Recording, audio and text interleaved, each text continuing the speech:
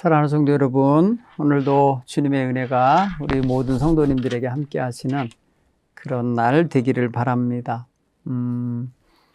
오늘 우리 마음속에 또 하나님의 귀하신 말씀을 묵상하면서 우리 주님과 동행하는 그런 날로 삼아갔으면 좋겠습니다.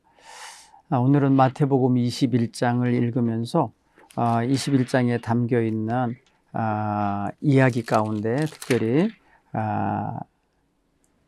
예수님께서 특별히 이제 말씀하신 것 가운데 입만무성한 무화과나무 이야기를 우리가 한번 좀 집중해서 묵상하면서 또 하나님 말씀에 다가가는 그런 시간이 됐으면 좋겠어요. 자, 오늘 성경 본문이 좀 길긴 한데 그래도 함께 통독하는 마음으로 읽어가도록 하겠습니다.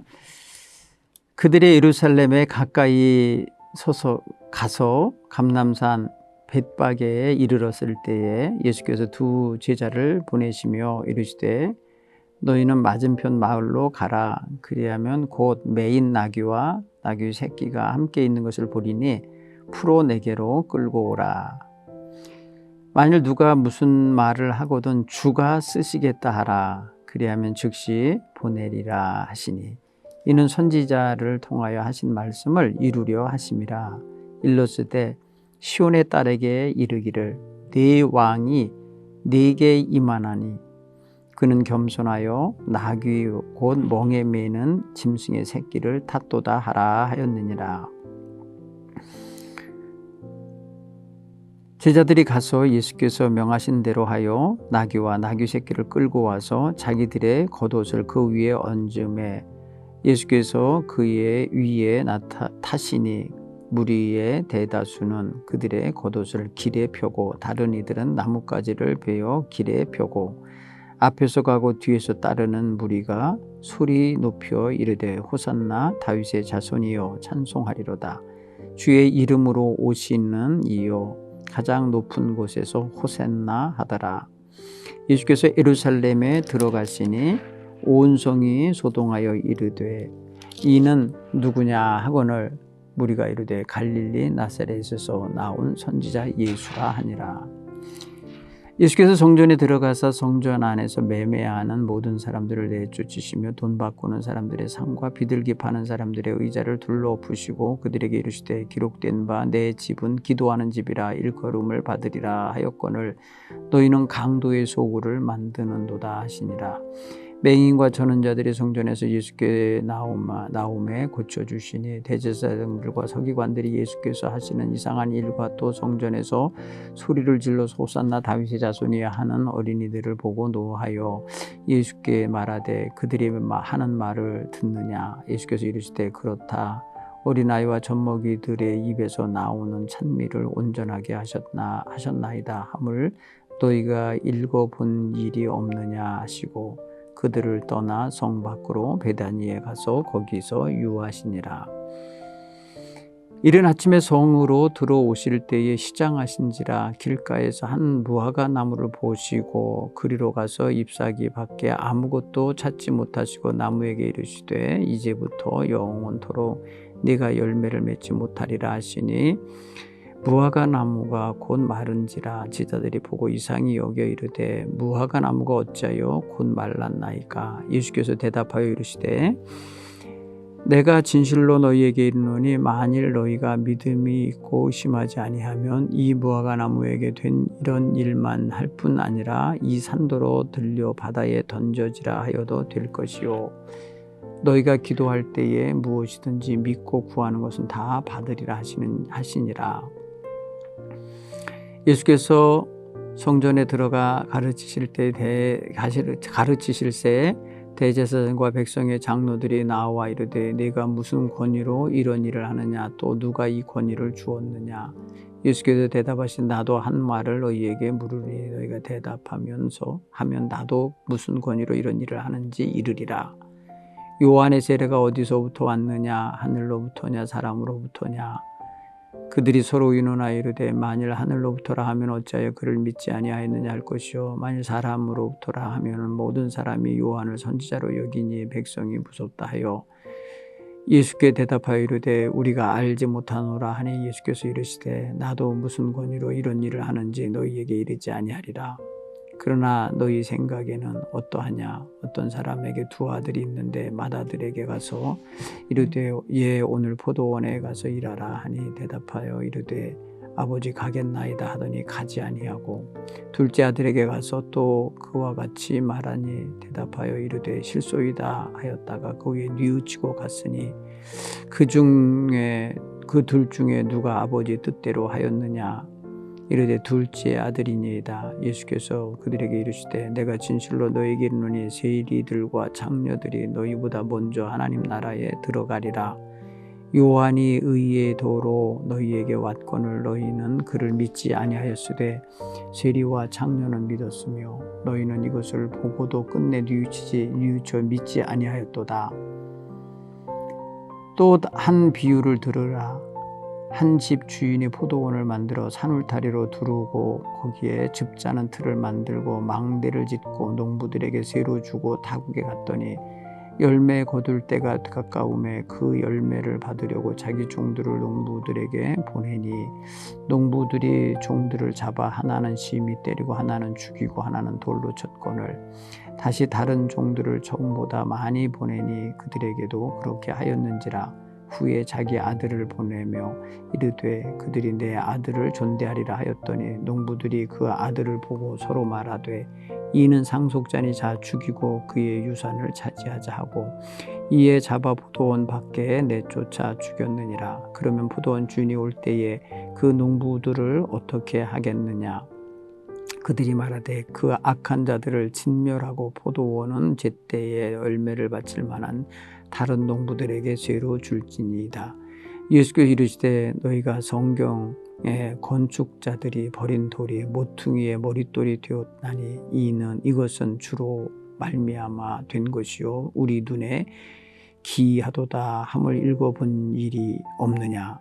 그러므로 내가 너희에게 이르노니 하나님 나라를 너희는 빼앗기고 그 나라의 열매 맺는 백성이 받으리라.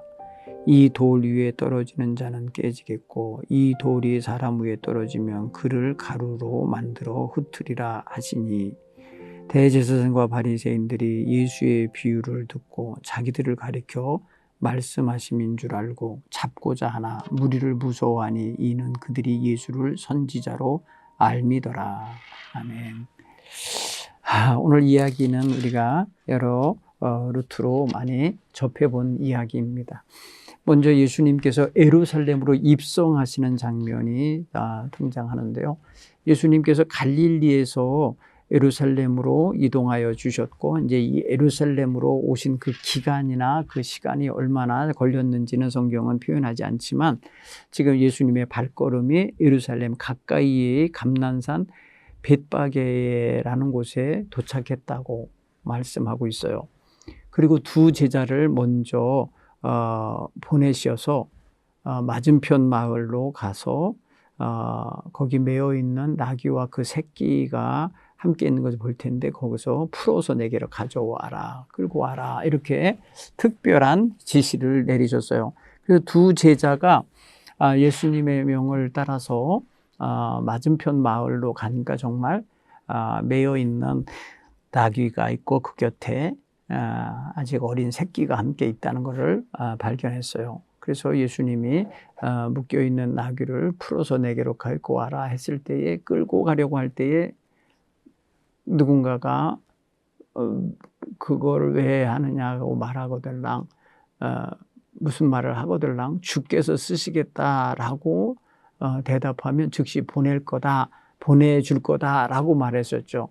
그랬을 때에 정말 가서 보니까 그러한 나귀가 있었고 나귀를 또 주께서 쓰시겠다 하시고 말씀하시니까 또 그렇게 주었기에 아마도 끌고 왔을 거예요. 그죠?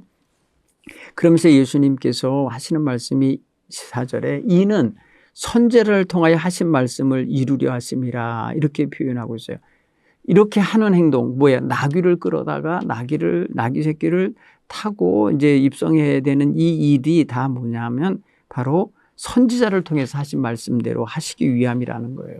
여러분, 그 성경의 이 이야기가 어디에 등장하냐면요. 스가랴 9장 9절에 시온의 딸들에게 이르기를 네 왕이 내게 임하나니 그는 겸손하여 나귀 곧 멍에 매는 짐승의 새끼를 탔다라고 표현하시는 그 스가랴 9장 9절의 예언, 스가랴 예언서의 예언대로 지금 이루려고 하시는 거라는 거예요. 그래서 제자들이 그 명하신 대로 행하게 됐고 나귀 새끼를 끌고 와서는 마침내 예수님을 그 위에 태워서 이렇게 이제 입성하게 되는 거예요. 예수님께서 나귀를 타고 예루살렘에 입성하시는 그런 상황은 당시에 일반적인 모습은 아닌 거예요. 보통 사람들은 그냥 걸어서 들어가거나 아니면은 말을 타고 마차를 타고 이렇게 들어갔겠죠. 그런데 이렇게 짐실어 나르는 나귀, 그것도 새끼를 우스꽝스럽게 타고 들어간다는 것은 사실은 일반적인 모습은 아니에요. 그런데 스가랴 예언자가 그 모습을 예언하셨잖아요. 그래서 성경 표현대로라면은 시온의 딸들에게 전하기를 내 왕이 내게 임하신다 했을 때 왕이 이런 모양으로 올 리는 없잖아요. 그런데 이런 상징적인 겸손하게 낮아진 자의 모습으로 나귀, 그것도 멍에 매는 짐승의 새끼를 타고 들어온다는 이런 아주 인상 깊은 예언의 말귀를 사람들이 계속해서 전해 들으면서 수백 년을 기다렸던 거잖아요.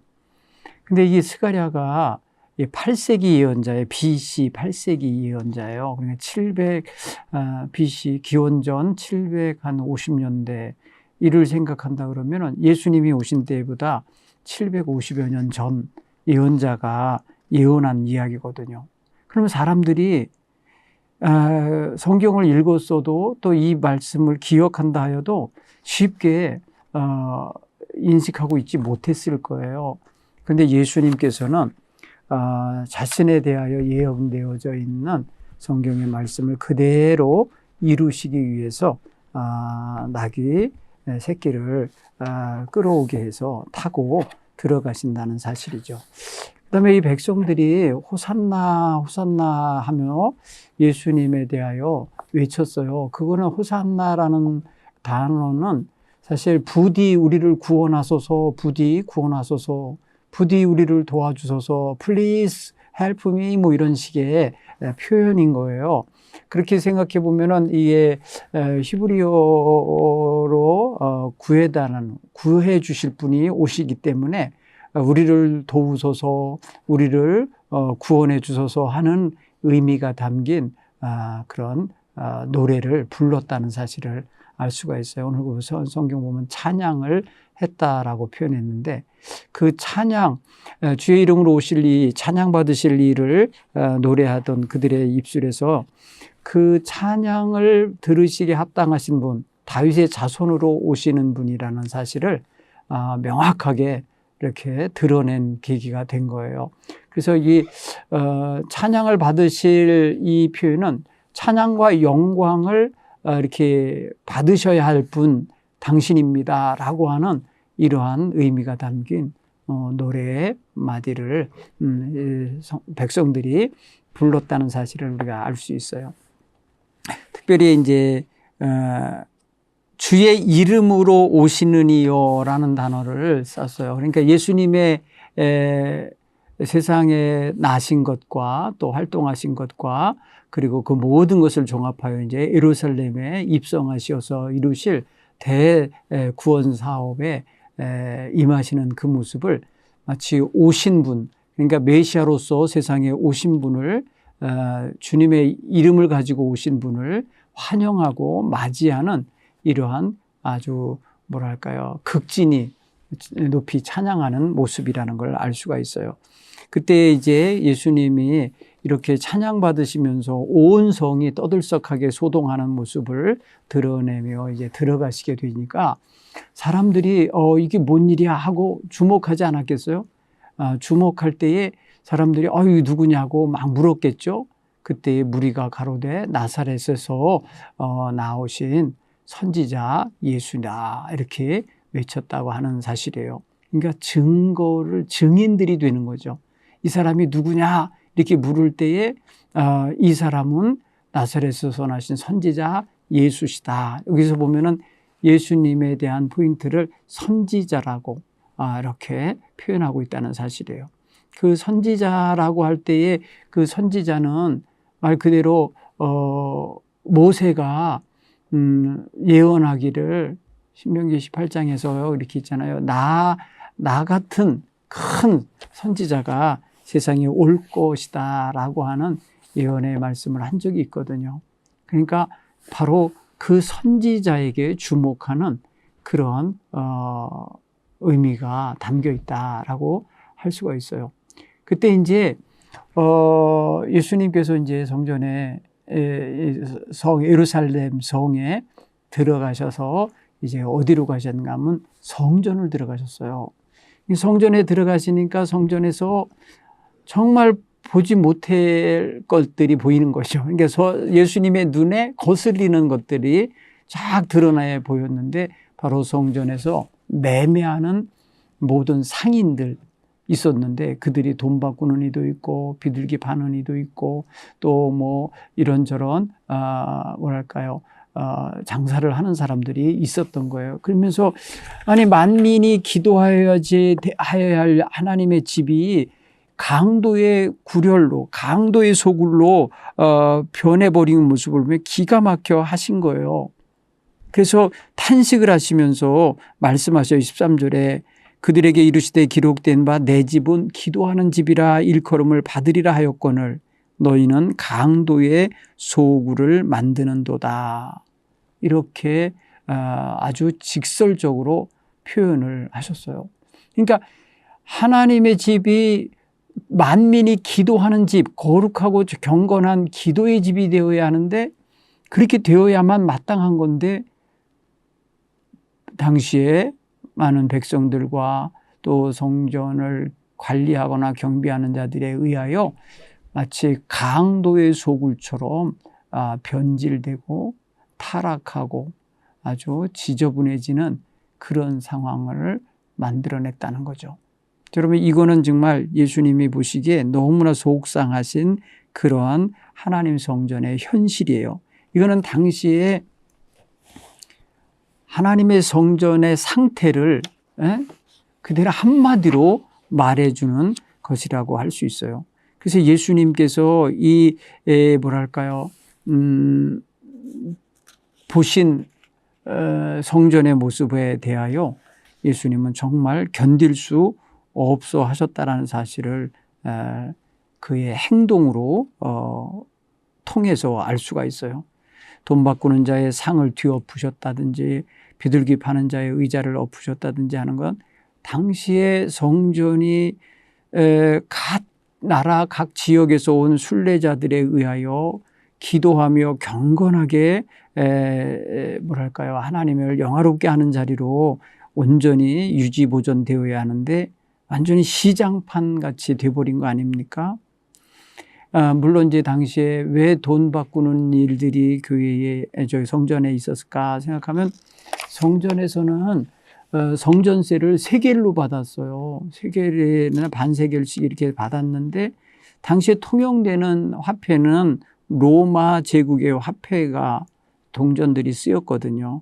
그런 것들을 이제 성전에서 필요한 세겔로 아마 은조가리 같이 이렇게 무게로 달아서 사용하는 그런 성전용 동전으로 바뀌어야만 했던 거예요. 그래서 그것의 중간 상인, 그 환전 상인이 그래서 필요했어요. 왜냐하면 각 지역에서 오는 사람들이 순례하러 와서 예루살렘 성전이라고 하는 한 곳에서 예배하거나 기도를 해야 되니까 그 모든 것들에 대하여 환전, 그 성전이 필요로 하는 것으로 바꿔야 되는 거고, 그 다음에 또 멀리서 오는 사람들이 예루살렘으로 와서 예배를 드리고 제사를 드리려면 제물을 사야 되는데 제물은 멀리서부터 끌고 오면 다치거나 상할 수가 있잖아요. 그러니까 율법의 규정대로 먼 데 있는 사람들은 돈으로 가지고 와서 근처에서 사서 그거로 재물을 삼기 때문에, 그러니까 짐승 파는, 이 가축을 파는 그런 자리도 아마도 있었을 것 같아. 그게 예를 들어서 가난한 자들이 하나님께 정결제로 드릴 때 쓰는 비둘기 같은 것들이 그래서 성전 안에서 매매가 될 정도였다는 걸 알 수가 있어요. 근데 사실은 이사야 56장 7절을 보면은 성전에 대하여 내 집은 만민이 기도하는 집이다, 이렇게 일컬음을 받을 곳이라고 이사야 선지자를 통해서 선포하셨던 거를 예수님이 예언서, 이사야 예언서를 기억하시고 너희가 그렇게 만민이 기도해야 될 집으로 일컬어져야 할 성전을 강도소굴로 만들었다 질타하시면서, 강도 때, 강도들은 뭐 하는 거예요? 강탈하고 빼앗고 착취하고 막 이러는 일을 하는 자들 아닙니까? 그런데 바로 거기서 장사하는 사람들의 행위나 그것을 비호하는 성전 경호대나 아니면 성전 관리인 제사장들과 레위인들이 다 한통속이 돼가지고 아마도 거기서 조금이라도 더 이익을 창출하려고 했던 가장 인간적으로 타락한 모습을 보여주는 현장이 되었기 때문에 이렇게 예수님이 아주 크게 진노하시며 이렇게 내쫓는 행위를 하시지 않았을까, 이렇게 느껴져요. 여러분, 그럴 법하지 않습니까? 예수님은 성전에서 이 대제사장들과 서기관들과 맞닥뜨려서 이제 논쟁도 하게 돼요. 왜냐하면 특별히 거기에 이렇게 장사꾼들을 내쫓고 난 다음에 무슨 일이 있었냐면은 그곳에 어떤 소경과 저는 자들이 성전에 왔어요. 사실 성전에 이런 사람들을 못 들어오게 아마도 막았었을 텐데 이들이 들어와 있어요. 그때 예수님께서 저들을 고쳐주셨어요. 근데 대제사장과 서기관들이 예수님이 그렇게 환자들, 맹인이나 전원자를 고쳐주시는 것에 대하여 정말 예수님이 행한 일을 좀 이상하게 행한다, 곧 그 성전 전통이나 질서를 안 따른다 라는 식으로 이상한 일이라고, 예수님이 하시는 일을 다 이상하게 본 거예요. 감히 거기서 자기네들 권한하에서 장사하게 허락했던 사람들을 내쫓는 일도 그렇거니와 성전에 와 있는 맹인이나 전원자들을 고쳐주시는 이러한 행위들을 참으로 놀라운 일이라고 보면 좋겠거늘 그냥 그걸 이상한 일이라고 이렇게 표현하는 걸 보면은 정말 저들이 예수님에 대하여 전혀 모르고 있는 것을 알 수 있겠고, 또 거기서 또 아이들이 소리를 쳐서 호산나 다윗의 자손이여 하는 애들이 있었는데 그 아이들을 보고 이 제사장과 서기관들이 굉장히 불쾌하게 여기며 아주 화가 나는 것처럼 행동을 해요. 그들이 화를 냈다고 그랬어요. 아가낙테오라고 하는 단어를 썼는데요. 굉장히 짜증을 내는 거죠. 분개하며 그 분을 나타내는 모습. 그러니까 우리가 연뜻 생각해 보면 그냥 이 거룩한 옷들을 입고 와서 이렇게 성전을 두루 살펴보는 그 제사장이나 이런 화를 냈다는 거죠. 그러니까 한마디로 화를 내면서 하나님의 성전에서 자기네들이 이전에 못 보던 일들이 지금 계속 예수님을 중심으로 해서 일어나고 있잖아요. 소동이 일어났잖아요, 한마디로. 그러니까 화를 낸 거예요. 화를 냈어요. 그때에 예수님에 대하여 저들이 와서 말합니다. 너 무슨 권한을 가지고 그렇게 행동을 했고 그렇게 사람들을 가르치느냐고, 한마디로 말해서 예수님에 대하여 무슨 자격으로 누구 허락받고 그렇게 했느냐고 이제 따져 묻는 일이 벌어지게 돼요. 그때 예수님께서 그들과 대화 아닌 논쟁을 하시는 것을 보게 돼요. 그렇죠? 그러니까 23절 이하에 보면 예수께서 성전에 들어가 가르칠새 대제사장과 백성의 장로들이 나와 이르되 네가 무슨 권위로 이런 일을 하느냐, 또 누가 이 권위를 너에게 줬냐, 이러면서 한마디로 말해서 우리 허락 없이 너 어떻게 성전에 와서 사람을 가르치고 사람들에게 이런저런 어떤 기적을 베풀고 이상한 행동을 하느냐, 이렇게 이제 예수님에 대하여 자기네들의 권위로 누르는 거죠. 한마디로 말해서 예수는 나사렛에서부터 온 청년이고 시골에서 올라온 청년이고 예루살렘 성전에 주름 잡는 이런 권위자들에게 있어서는 정말 눈에도 안 찰 사람인 거예요. 그가 성전에 와가지고 자신들의 허락도 없이 사람들을 가르친다든지 강론을 한다든지 이러니까 그때 예수님이 그럼 나도 너희들한테 한 마디 묻겠다. 너희가 대답하면 나도 무슨 권위로 하는지 내가 다 말하겠다라고 말할 때에 예수님의 말씀은 이거예요. 너희들 세례 요한 그 세례가 어디서 왔냐? 하늘로서부터 왔냐? 사람에게로부터 나온 거냐라고 했을 때 그들은 서로 어떻게 대답해야 되는지를 의논했는데 모르겠다고 그래요. 우리는 알지 못하노라. 27절에. 왜 그러냐? 하나님께로부터 온 거, 하늘로부터 온 거다. 그러면 왜 너희들 안 믿냐? 세례 요한을. 이렇게 책망받을 것 같고. 그 다음에 사람에게로부터 나온 거다라고 하면은 그 사람이 선지자라고 믿고 우르르 몰려다니면서 세례 요한을 칭송했던 백성들이 있기 때문에 백성들을 두려워하면서 말을 못해요. 그때 예수님께서 너희들 대답 못하면 나도 무슨 권위로 이런 일을 하는지 너희에게 말하지 않겠다 하면서 일축하죠. 그러면서 한 가지 예화로 비유로서 말씀하면서 저들을 책망하시는 게 나오는데, 한 아버지에게 두 아들이 있었는데 큰아들에게 얘야 너 가서 오늘 일을 좀 해라 이렇게 말했더니 포도원에 들어가서 일해라 그랬더니 아버지한테 예 알겠어요 제가 하겠습니다 하더니 안 갔다는 거예요. 불순종이죠. 입으로는 예 하고 행동으로는 불순종을 한 아들이 하나 있고, 그 다음에 두 번째 아들에게 가서 너 똑같이 말했더니 둘째 아들은 싫어요 나 안 갈래요 라고 했는데 그 위에 뉘우치고 갔다. 가서 일을 했다 이거예요. 그러면서 예수님 말해 누가 아버지 뜻대로 행한 아들이냐 물었더니 그들이 둘째 아들입니다. 그렇게 말했어요. 둘째 아들이 뭐예요? 입으로는 싫다고 했지만은 뉘우치고 돌아가서 일을 했다는 거예요. 아버지 뜻대로. 그래서 아버지 뜻대로 한 자가 누구냐고 할 때에 둘째라고 대답을 한 거예요. 그때 예수님께서 말하는 거예요. 내가 진실로 너에게 이르노니 세리와 창녀들이 너희들보다 먼저 하나님 나라에 들어가리라. 아주 그냥 직격탄을 날린 거예요. 요한이 의의 도로서 너희에게 와서 너희에게 가르치고 선포했지만 너희가 믿지 아니하였지만 세리와 창녀와 죄인들은 다 보고 듣고 믿었다. 그들은 끝내 뉘우치고 믿었다. 근데 너희들은 믿지 않고 뉘우치지도 않았다. 이러면서 그들의 현재 상태, 영적 상태에 하나님이 보내신 하나님의 일꾼인 그 선지자 역할을 하고 있는 세례 요한을 받아들이지 않았던 것에 대해서 책망을 하게 되는 겁니다.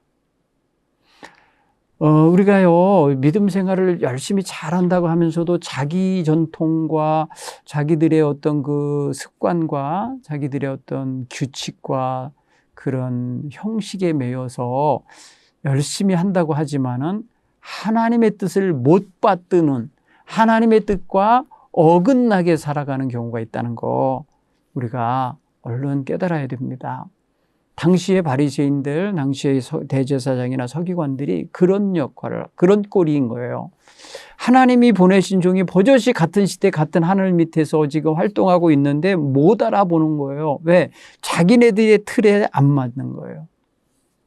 지금 당장 이 자기들과 논쟁하고 있는 이 예수님 하나님의 아들로서 세상에 오시어서 하나님의 뜻을 이루고 가고 계신데 못 알아보잖아요. 그리고 못된 반항자 내지는 저항자 아니면 자기네들에 보면 눈의 가시 같은 존재로 여길 뿐이잖아요. 그러니까 우리가 믿음 생활을 잘하는 거 좋은데 잘한다고 하는 거 형식적인 것 이면에 진실한 하나님의 음성에 귀 기울일 줄 아는 이러한 귀한 믿음의 자세가 우리에게 있어야 될 것입니다. 이날 이 예배당에 이 성전에 오시기 전에 아침에 집에서 출발하실 때 예수님이 좀 시장하셨다고 그랬잖아요. 시장하셨을 때에 그래도 무화과 나무에게 가서 뭐 먹을 게 있나 살펴봤더니 잎사귀만 무성하더라. 그때 예수님이 이제부터 너는 이제 영원히 열매를 맺지 못하리라 이렇게 말했을 때 무화과가 말라 죽었다는 사실이죠. 제자들이 물어봤죠. 무화과가 어째서 막 곧 말라 죽습니까? 물을 때 예수께서 이르시되 내가 진실로 너에게 이르노니 믿음의 말, 곧 너희가 의심하지 않고 믿음이 있으면 이 무화과에게 한 것 같은 것 그 이상으로 이 산을 명하여서 저 바다에 던져지라 저라 해도 그렇게 될 것이다 라고 할 때에 너희가 기도할 때 무엇이든지 믿고 구하는 것, 믿고 구하고 믿고 기도하는 자세를 가져야 다 받는다 이런 표현을 하셔요. 자, 오늘 우리의 믿음 생활도 한번 봐야 돼요. 첫째는 입만 무성한 믿음 생활하고 있지 않나. 형식만 갖추고 형식만 버젓이 신앙인인 척하는 그런 삶의 모습이 있고 실제로 하나님께 향한 헌신의 열매나 기도의 열매나 전도의 열매 같은 어떤 자기의 삶의 변화의 열매 같은 것도 전혀 없이 형식적인 믿음의 생활을 하고 있다면 이거 돌아보는 그런 자세가 필요하겠습니다. 그렇죠? 그리고 우리의 기도가 믿음의 기도인가? 믿고 기도하는가? 받은 줄로 믿고 또 이루어질 줄로 믿고 하나님이 들으실 줄로 믿고 기도하는 참 믿음의 자세가 오늘 우리에게도 있어야 되겠다. 물론 예수님께서 무화과 나무에게 이제 이후로 영원히 열매를 맺지 못하리라 하는 저주조의 말씀을 했을 때에 그대로 이루어진 걸 보고 제자들이 물음의 답 형식으로 주신 말씀이지만 구체적인 건 뭐예요? 믿음을 가르치고 계시다는 거예요. 오늘 우리가 하나님 앞에서 우리가 정말 형식만 갖추지 말고 열매가 있는 그리고 참 내실이 있는 그런 신앙의 사람들로 주님 앞에서 뭐랄까요? 우리 자신을 드러낼 수 있게 됐으면 좋겠어요. 그리고 무엇이든지 구할 때마다 믿고 구하는 자세. 주님 앞에 정말 믿음 없이는 기도할 수도 없어요, 사실은. 그죠? 믿음이 있으니까 기도하는데 기도하면서 믿음 없는 그런 태도가 아니라 무엇을 요청한다든지 다 믿음의 기도로 아랠 줄 아는 이러한 자세가 우리 모두에게 있어야 되리라 믿습니다. 그럴 때 너희가 받을 것이다. 응답받을 것이다. 그 일이 그대로 이루어질 것이다. 네 마음에 품은 대로 될 것이다. 라고 하는 그러한 어떤 수용받는 기도를 하나님이 들으셔서 수용해 주시는 그런 은총이 임할 거라고 말씀하고 있는 장면인 거예요. 자, 그 다음에 네 번째 에피소드가 무엇이 담겨 있냐면요. 포도원 비유가 있어요. 오늘 이 포도원 비유는 다른 포도원 비유예요. 우리가 지난주에 읽었던 그 포도원의 품꾼을 한 데나리온씩 품삯을 준 이야기도 포도원 이야기지만은 오늘 이 포도원 농부들의 비유는 어떤 거냐면 한 부자가 포도원을 만들고 또 산 울타리를 치고 또 즙자는 틀도 만들고 망대도 짓고 이렇게 해갖고 말 그대로 포도원 자체가 하나의 사업체로서 모든 게 완비되게 해서 세를 농부들에게 주었다는 거예요. 오늘 농부들이라고 표현했습니다. 농부 어느 한 사람에게 준 게 아니라 한 백성에게 준 것 같아요. 그걸 비유로 말씀하시는 거예요. 이게 이제 농부들이라는 존재가 바로 유대 공동체의 지금 지도자들을 향해 하시는 말씀이기 때문에 그 공동체의 리더들을 한번 생각해 보면 좋긴 해요. 근데 열매 거둘 때가 됐을 때에 주인이 자기 종들을 농부들에게 보내서 세를 받아오게 했다는 거죠. 그랬더니 농부들이 이 포도원 주인이 보낸 종들을 잡아서 때리고 또 상처 입히고 심지어는 죽이기까지 했다는 거예요. 여기서 보내진 그 포도원 주인이 보낸 종들이 우리는 구약의 어떤 예언자들, 하나님의 뜻을 전하러 보낸 그런 전령들로 이해하면 알겠죠. 백성들이 예언자들을 환영하고 받아들이질 않고 대부분 죽이거나 핍박했거든요. 그래서 주인은 또 다시 다른 종들을 보냈더니 처음보다 많이 보냈다 그랬어요. 여러 명을 보낸 거예요. 근데 역시 그들에게도 그와 같이 농부들이 해를 가한 거예요. 그 후에 자기 아들을 보냈다는 거예요. 마치 하나님이 예언자를 보내다 이제 예언자들 말 안 들으니까 자기 아들을 보내신 것처럼 보냈어요. 그랬더니 저들이 이 아들 하나만 없어지면 이 포도원은 우리들이 나눠 가질 수 있겠다. 우리들이 차지할 수 있겠다. 이 포도원에 이 주인이 보낸 이 아들은 상속자인데 상속자를 죽이면 상속자가 없어지니까 우리가 그냥 그대로 차지할 수 있겠다. 이렇게 생각을 했다는 거예요. 그래서 그 아들을 잡아서 포도원 밖으로 끌고 나가서 죽였다는 거예요. 그 포도원 주인이 와서 그 농부들을 어떻게 했겠냐고 예수님이 지금 물으니까 듣고 있었던 그 바리새인들과 제사장들이 하는 소리가 뭐라 그래요? 하나님 나라, 뭐라고 표현했냐면 그 제사장들이 듣고 말하기를 그들을, 그 악한 자들을 진멸하고 포도원을 제때에 세를 낼 사람, 제때에 세를 줄 사람에게 나눠줄 겁니다. 이렇게 대답을 했다는 거예요. 근데 예수님께서 뭐랄까요? 너희가 바로 하나님 나라에 있어서 너희가 그 모든 걸 빼앗길 자들, 곧 악한 농부들이라는 것을 빗대어서 말씀하세요.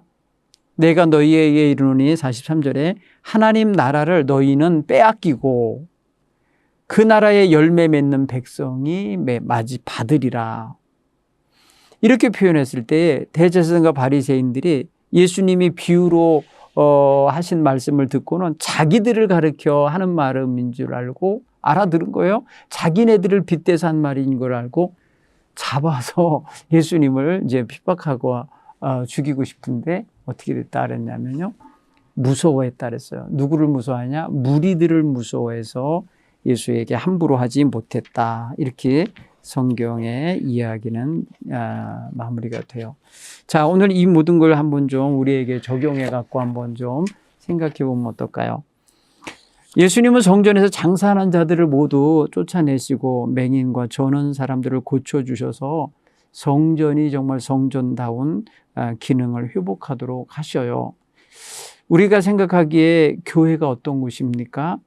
한번 좀 우리가 생각하는 교회를 한번 좀 생각해 보면 좋겠어요. 먼저는 하나님을 예배하는 곳이고 또 하나님께 기도하는 곳이고 또 성도들이 서로 만나 교제하며 영적인 교제와 또 물질적인 나눔도 하고 또 이웃들을 돌아보고 봉사하는 곳이기도 하죠. 물론 여기서 말하는 교회는 건물로서의 교회를 지금 말을 하는 거지만 실제로 우리가 생각하는 교회는 그 이상의 의미가 있죠. 성도들 간의 관계와 또 그리스도의 이름으로 불림받고 모여진 공동체로서의 교회는 더더욱 그 기능이 정말 살아있는 유기체의 기능 이상으로 늘 움직여지고 서로를 돌아보며 하나님의 뜻에 더 가까이 다가가는 그러한 활동들이 이루어져야 할 공동체라고 생각이 되죠. 그래서 옛 시대에 성전 지도자들이 성전을 성전 기능을 못하게 타락하게 만든 반면에 오늘날 교회를 교회되게 하는 목회자와 교회 평신도 지도자들은 하나님 뜻에 순종하고 주님의 그 말씀을 따라 살아가는데 모범이 되고 또 솔선수범하는 자세가 있어야만 하고 높아지기보다 낮아진 자리에서 섬기고 또 아름답고 선한 길로 가르치고 안내하는 이러한 분명한 공동체가 되어야 하고 그런 지도자들이 되어야 할 줄 믿습니다. 예수님은 당시의 종교 지도자들이 얼마나 가식적이고 또 위선적으로 살았는지를 알고 계신단 말이에요. 그래서 저들의 삶 속에서 아름답고 좋은 열매가 풍성히 맺어지기를 바라시고 원하시는 하나님의 마음을 담아서 제자들을 지금 가르치신 거라고 생각을 하면 좋겠어요. 그리스도 안에서 교회는 날마다 생기 있게 성장하고 또 선과 의와 또 진실의 열매를 맺는 그런 공동체가 되어야 할 것입니다. 교회는 그새고 하나님 주님의 가르침에 귀를 기울여서 세상 명예나 아니면 권력이나 부와 또 외형적인 어떤 확장하는 데에만 관심을 갖지 말고 교회의 본질적인 기능, 섬김의 기능, 복음 전하는 기능, 말씀을 나누고 가르치는 기능, 가난하고 소외된 이들을 돌보고 돕는 기능, 죽어가는 영혼들을 구원하기 위하여 전도하며 말씀으로 먹이는 이런 기능을 온전히 힘쓰는 교회가 되어야 하리라 믿습니다.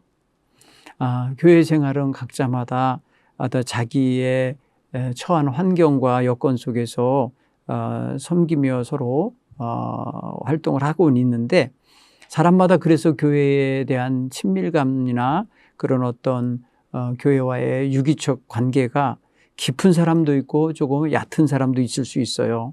그러나 분명한 것은 우리가 함께 한 몸에 속한 지체들로서 약한 지체, 강한 지체 서로 다를지라도 다 함께 연합하여서 하나님의 교회를, 주님의 교회를 세워가야 된다는 점에서는 분명히 우리가 건강한 교회관, 교회의 공동체의식과 지체의식을 함께 공유해야 할 줄 믿습니다.